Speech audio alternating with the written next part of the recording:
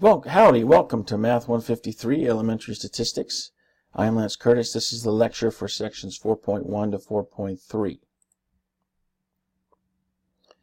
you can see an overview of what we'll cover in Chapter 4. If you look at the table of contents in your book, you'll notice that your book actually has 8 sections in it and not 6 as you see here. But the 6 that you see here are the ones that we're going to cover. The other 2 sections that are in your book, Section 7 and Section 8, deal with topics that are beyond the scope of this course, and so we're not going to cover them. But if you want to look at them in your book, you're more than welcome to do so. For now, let's dive into Chapter 4.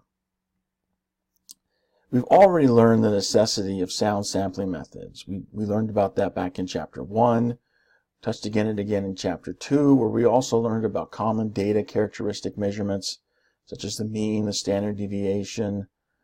We looked at different ways of displaying our data, providing visual representations for it. And now here in Chapter 4, we're going to learn about the rare event rule. Basically, the rare event rule says that if, under a given assumption, the probability of a particular observed event is extremely small, we conclude that the assumption is probably not correct. In other words, we usually make assumptions when we do any type of analysis, not just in statistics. When the probability of a particular event becomes extremely small, okay, so we're talking, on the order of less than 1%, sometimes less than 5%, but usually on the order of less than 1%.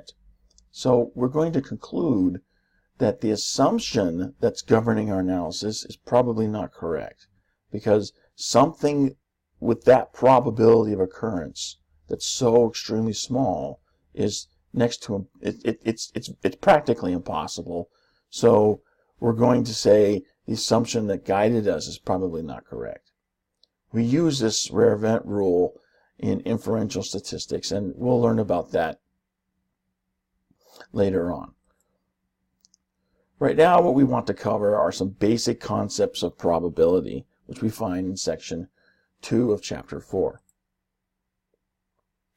Here we're going to learn about 3 approaches to finding the probability of an event, and we're also going to focus on learning how to interpret probability values.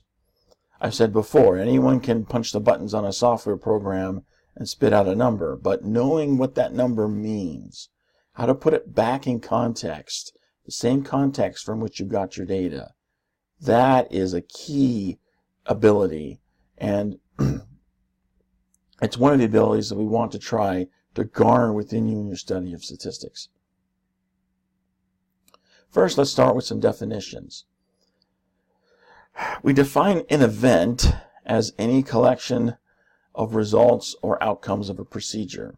So an event is what happens when we're looking at some sort of process or procedure. This is the result. This is what happens. A simple event is an outcome or event that cannot be further broken down into simpler components. So a simple event is broken down to the bare bones basics as much as it can get. Then we also have sample space. Sample space is very important. This is basically the space in which all the outcomes of a particular procedure or process exist. So to illustrate,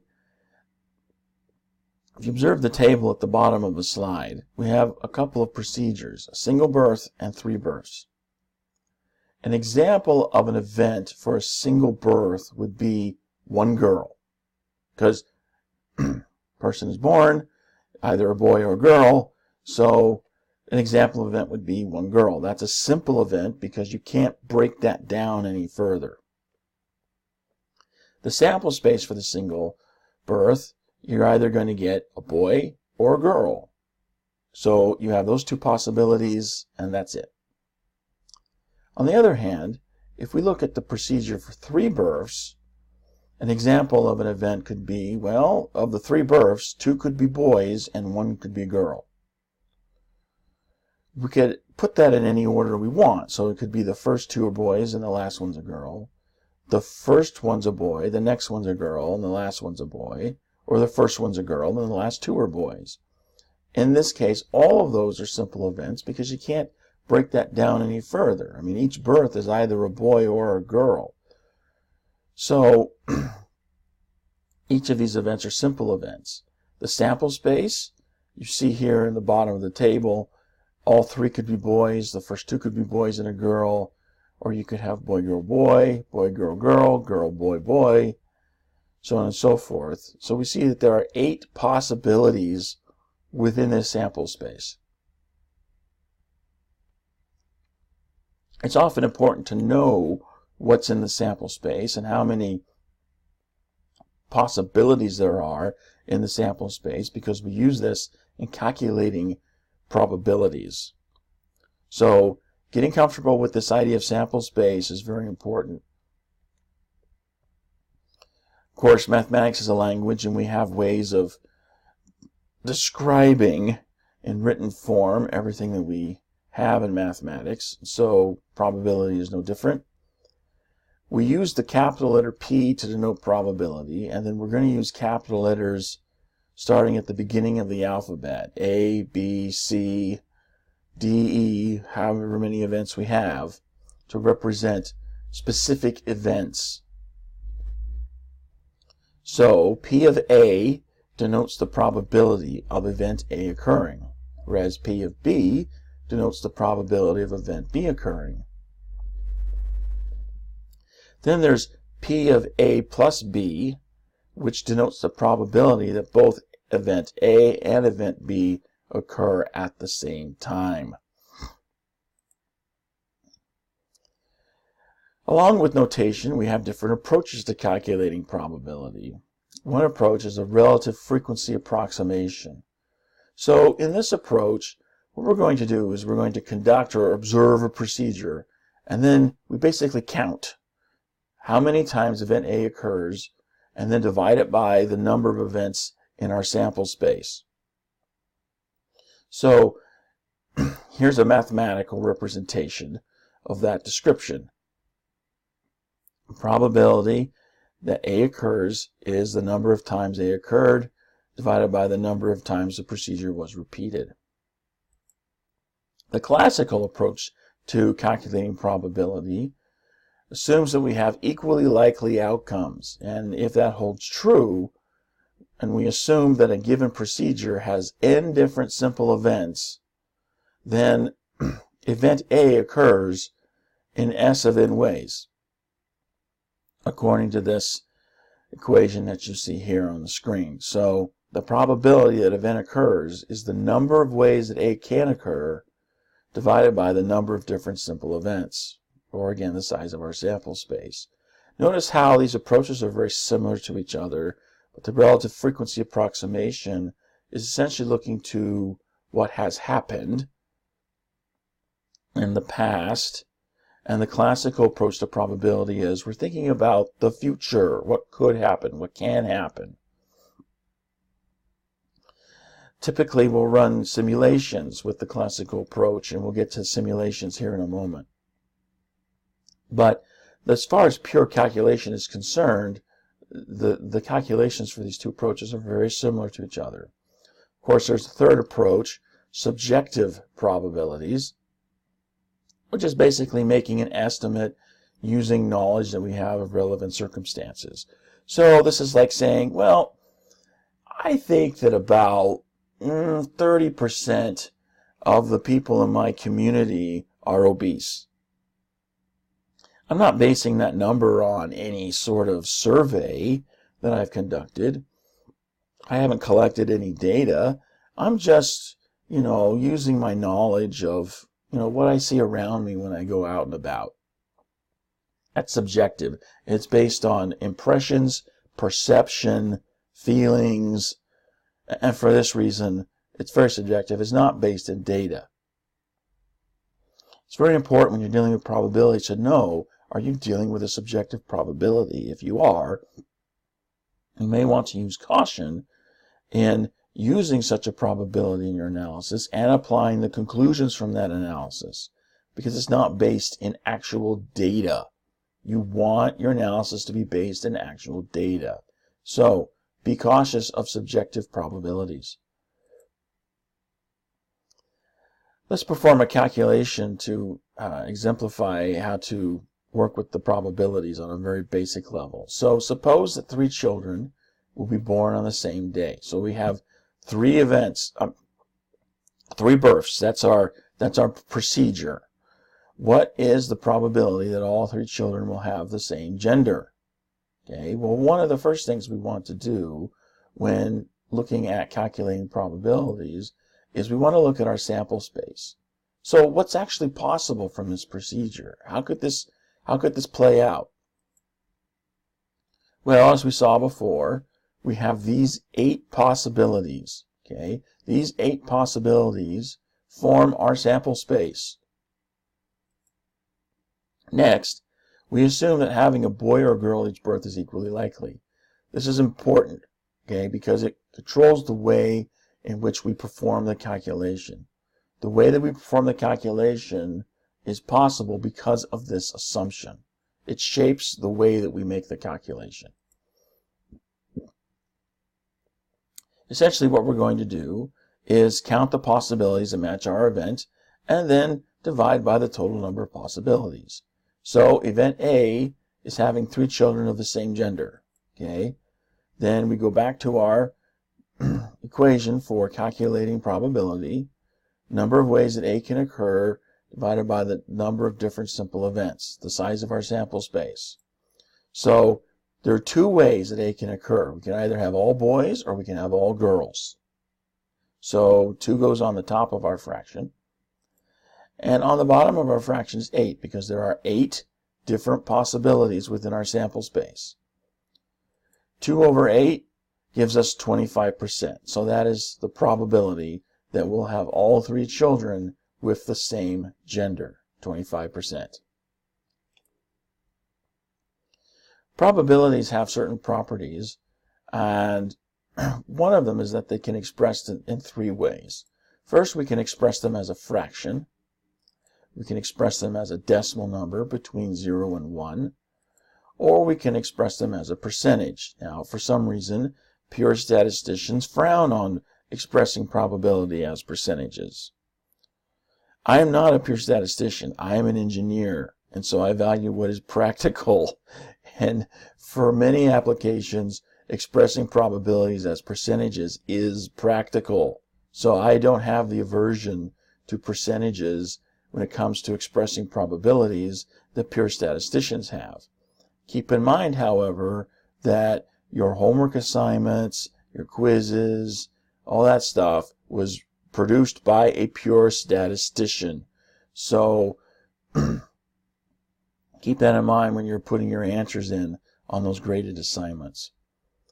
If we look at the probability that we just calculated, the 25% chance that all 3 births on the same day will have all babies of the same gender, we could express that number in different ways. We could say it's 1 over 4, or we could say 0.25, or we could say 25%. They're all equivalent. They're all the same way. It's just that there are certain conventions in different disciplines, different areas of study, different fields of endeavor that prefer one expression over the other 2. So it's important to learn the convention within your discipline and follow along with that. For any event A, we can calculate, we know that the probability of A is going to occur and that the number we're going to get is going to be somewhere between 0 and 1. Okay, expressing that like that, or in mathematical terms, 0 is less than or equal to the probability of A, which is less than or equal to 1. Now, probability of 0 means that the event is impossible, that there's no way it could happen. On the flip side, a probability of 1 means the event is certain. It's imminent. You can't prevent it from occurring. It is going to happen. So between these 2 extremes lie most probabilities. The closer we get to 1, the more likely the event is to happen. The more closer we get to 0, the more unlikely the event is to happen. And if we're dead in the middle, we have an even chance. It could go either way. Now, keep in mind that many statisticians view an unlikely event as one which has a probability of occurrence of 5% or less. Again, keep that in mind as you're working out your assignments. If the probability of occurrence is 5% or less, most statisticians would call that unlikely. In fact, most people would call that unlikely.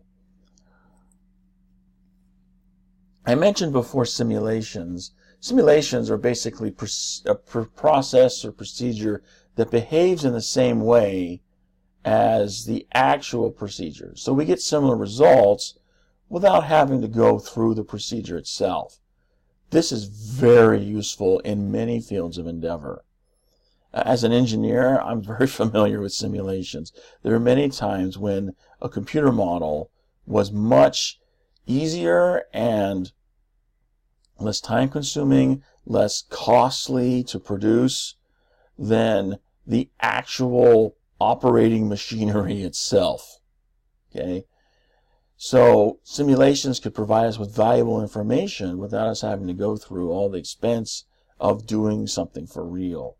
Okay? They allow us to see results without incurring all that expense. But they're only as good as the underlying assumptions and the boundary conditions that we use to create them. So if, for example, I create a flight simulator that doesn't obey the laws of physics, and I use that flight simulator to train myself as a pilot, when I actually fly a real plane, I'm going to have one big surprise because the simulation was made with assumptions that don't hold true. It wasn't following the laws of physics. So we need to make sure that the simulations we create are representative of the processes and procedures that we're trying to imitate, so that we can rely upon the results. Now, we've already performed a simulation in this very lecture when we showed how probability is calculated. Okay? Remember, we looked at the idea of the event being 3 births, and so 3 births on the same day, and we had this sample space of 8 different possibilities that were calculated. And we didn't actually go through the process of bringing into the world 3 infant babies. We did not do that. Okay? It was simply a mental exercise in which we projected into the future and said, okay, what is possible? Well, there could be 3 boys or 2 boys and a girl, so on and so forth. We created our sample space with a simulation. We didn't actually go through the births of 3 children for these 8 different times. We actually performed the idea in our head and then got our sample space accordingly. Then we could count from our sample space to calculate our probability. So simulations don't have to be anything incredibly complex. The whole idea behind a simulation is you're performing a procedure in a way that allows you to get the results without actually going through the procedure in real life. Now, one of the things that we encounter when we're dealing with probability is the law of large numbers. Basically, this says that as a procedure is repeated over and over, the relative frequency probability of an event tends to approach the actual probability. Let's make a simulation. We're going to flip a coin, and we're going to use that simulation to test this law. So the probability of getting heads from a coin flip is 50%, okay? Because coins have 2 sides. One side's heads, one side's tails. There's only 2 options, so 1 out of 2 makes 50%. So let's calculate what we observe from flipping a coin and see if it approaches 50%. So what I did is I actually used a simulation program inside StatCrunch to perform my coin flips. And of 10 tosses, I saw that 8 of them were heads. I went further and tossed the coin 10 more times. So now I've tossed it 20 times, and out of those 20 times, I noticed that 14 were heads. I went further still, tossing the coin 30 more times, and out of 30 tosses, I noted that 15 were heads. So if we tabulate these results, what we see is we start out with 80%, and then we go down to 70, and then we go down to 50. So we started with some number that's somewhat removed from the actual probability. Okay, this was the relative frequency probability for this first case or instance. Then as we added more coin flips, the number approaches 50%. Now, if you want, you can repeat this experiment on your own. Get a coin, flip it so many times, and you might find that the path you take to get to the 50% is different. That's because there's some randomization involved in our process or our procedure. You may find that your path repeats what you see here. You start with some number that's high, and you eventually, as you get more and more coin flips, you eventually approach the 50%. You might find the converse. Okay, you might start with a really low number, and then as you get more coin tosses, you'll go up and approach 50%. Or you might find that you start on one side of the 50%, so you start high or low, and then you swing over to the other side, and you'll swing back and forth as you get closer and closer to 50%. The path is immaterial with the law of large numbers. Okay, it's not saying anything about the path. All it's saying is that eventually you get to that destination of approaching that actual probability. So it's always good that when you're performing a simulation or any type of procedure to calculate probabilities, the more times you can repeat the procedure, the more likely you are to actually calculate an actual probability from your results. Another idea that is very prominent in calculating probability is the idea of complementary events. So we say that event A has a complement, the complement of event A, which we denote with a bar over the letter A. So A bar is the complement of event A, and A bar consists of all outcomes in which event A does not occur. So you can think of A bar as not A, anything that's not A. So if event A is, for example, all sunny days, then event A bar, the complement of A, is all days that aren't sunny. All the days that are not A. Again, if event A is rolling snake eyes, so you've got a 1 on each of 2 pair of dice, then event A bar, the complement of A, is all the other rolls that are possible with 2 dice.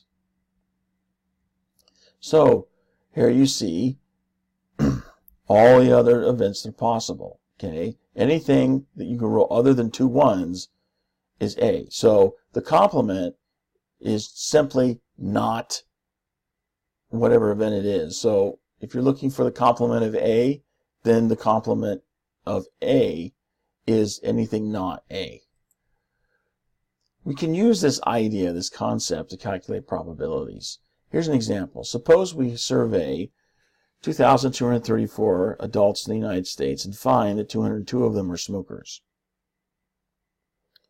So we can calculate the probability of being a smoker. We just take the part, the 202, and divide it by, wow, I got some really funky numbers here. So I'll have to go back and change this. So let's just assume that it's 242 smokers. Little typo there in my slide. We just take the part and divide it by the whole. Okay, so there's 242 smokers out of the total sample space of 2,234. Divide that out, and we get 10.8%. Now we can also directly calculate the probability of being a non-smoker. Okay, so I'm going to subtract the 242 from the total to get the number of people who are non-smokers, and then divide that by the total to get the probability for being a non-smoker. There are many instances where we're calculating this complementary probability where it's not really convenient for us to calculate the complementary event with such a simple subtraction as you see here. Calculating that complementary event actually becomes more complicated. And so oftentimes what we'll use is the idea of complementary events to calculate the probability. We do that by taking the probability of the event in question and we subtract it from 1, okay?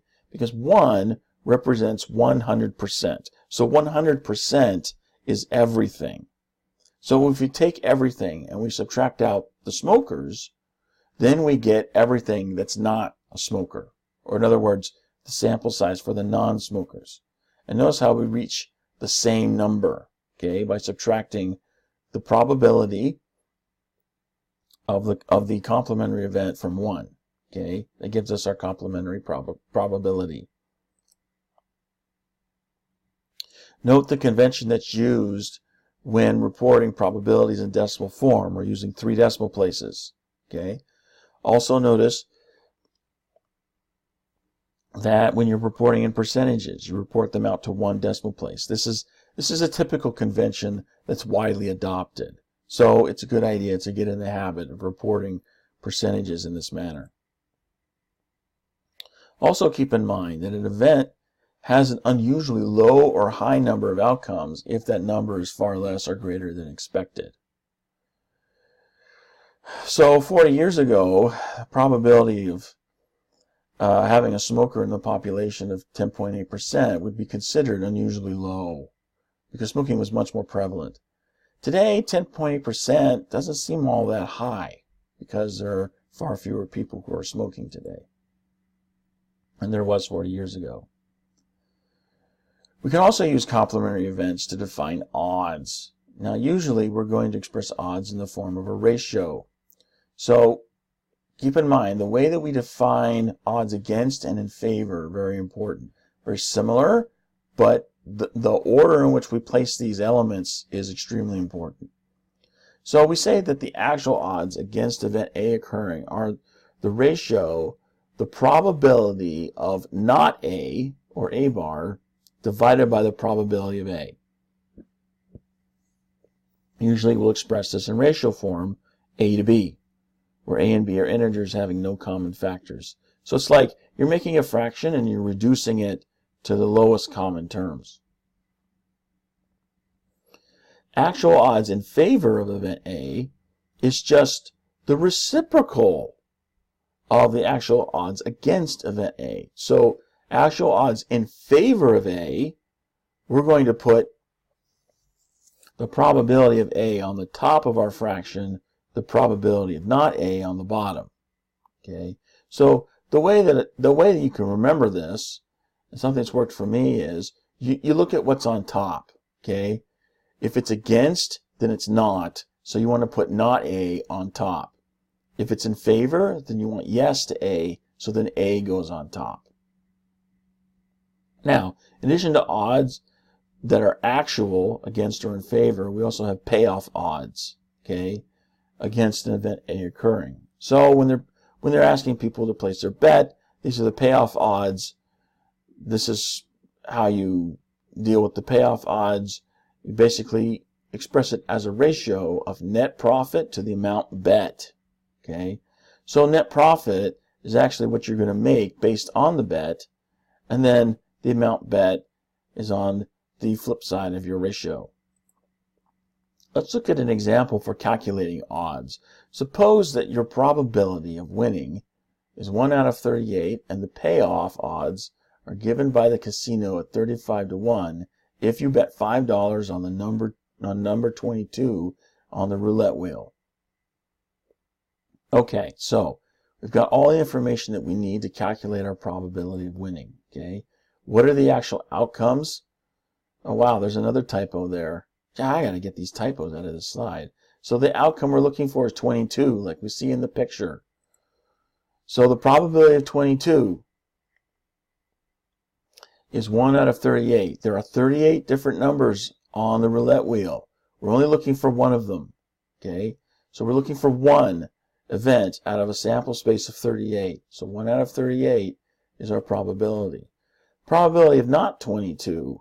Okay, there's 37 other numbers on the roulette wheel. So 37 out of 38 becomes a complementary probability. We get 37 to 1. How does that happen? Well, again, the odds against. So odds against means not is going to go on top of our fraction. Probability of not happening, 37 over 38. Probability of happening, 1 over 38.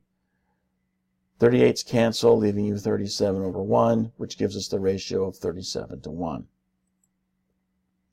How much net profit would you make if you win by betting on number 13? Well, again, the payoff odds against 13 are 35 to 1. The probability that we're going to see is the same for any one particular number because no one number is repeated. So we have $35 in profit for each $1 bet because those are the payoff odds, 35 to 1. Okay, so what that means is if we bet $5, okay, we're going to make 35 times $5 or $175 net profit. Okay, it's called net profit because this is what's added onto the original bet, which you get back because you won. So the winning bettor would get a total of $180. The 175 from the 35 times 5 plus you get your original bet back of $5. So that's a simple calculation involving odds. Final section that we're going to look at in this section talks about the addition rule. So those are some of the basic concepts of probability that we talked about in section 2. Now we're going to move into different ways of calculating probability that require us to add probabilities together. The key concept here revolves around the addition rule, okay, which we can express as the probability of A or B. Okay, probability of A or B is the probability that either event A occurs or event B occurs as the single outcome of a procedure. But it could also be the probability that both A and B occur. Okay, because this word "or" is the key part. Okay, or means that we only need one of those things to happen in order for the event to be quote unquote true. So if we have both A and B occurring, we have one of them.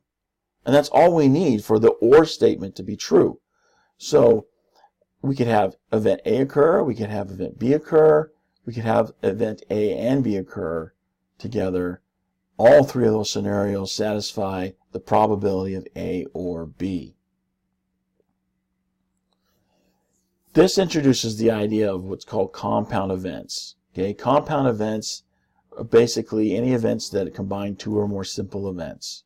Okay, and probability of A or B is a very simple way of expressing a compound event. Probability that in a single trial A occurs, B occurs, or they both occur together. How do we calculate it? Well, first we have to find the total number of ways that A can occur. Then we find the total number of ways that B can occur. And then we make sure that no one of these outcomes is counted more than once. We don't want to double count any particular way, because that will give us an inflated probability that's not representative of reality.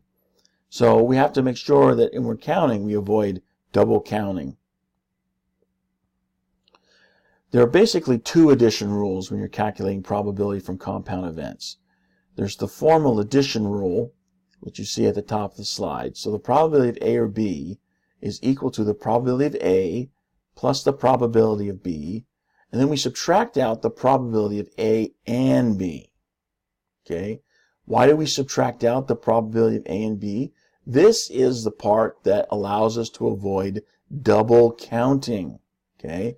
Because all of the outcomes in which A and B can occur together will be counted when we count all of the possibilities that have A in them.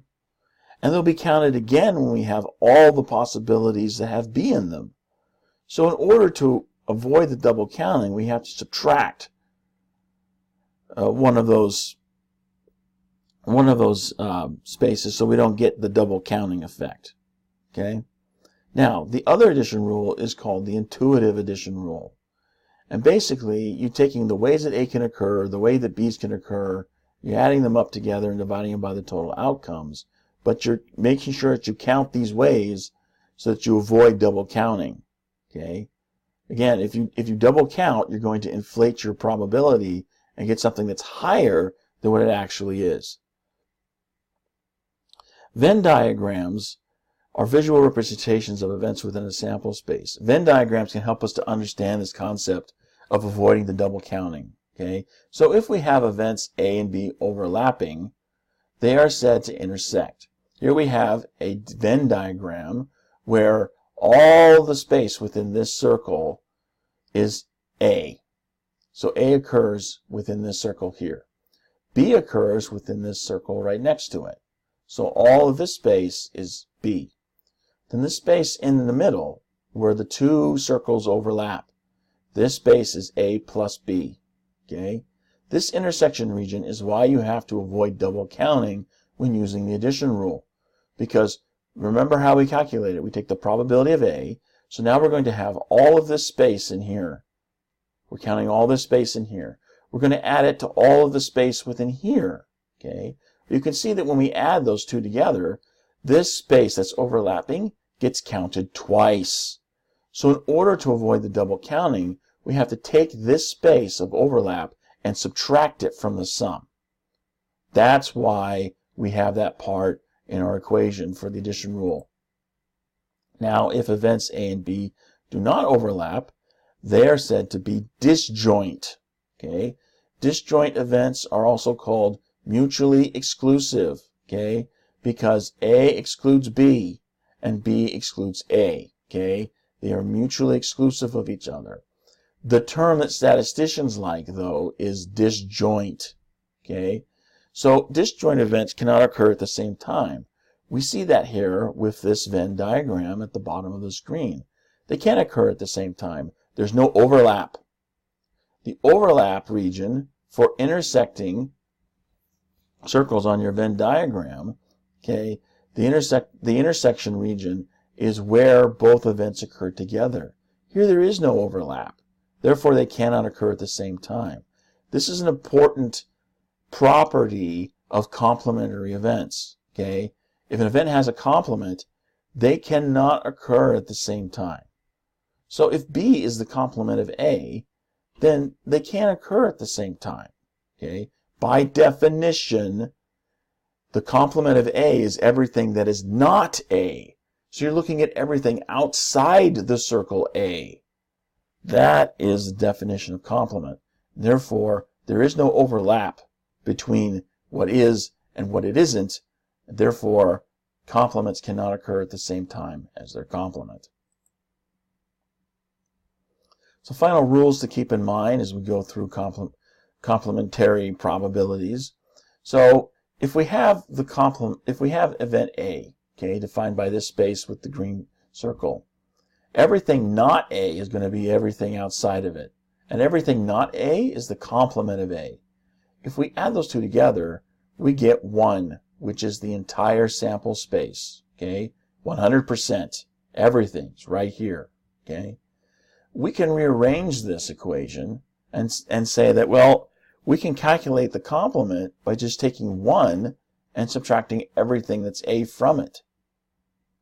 Or, conversely, we can calculate A by taking 1 and subtracting out its complement. Understanding this relationship becomes very, very important, especially as we'll see in the next lecture when we start to look at multiplication rules for calculating probabilities. But that's in the next lecture. In terms of this lecture, we're all done. So if you have any questions, be sure to bring them up. Otherwise, I will see you in class. Thanks for watching.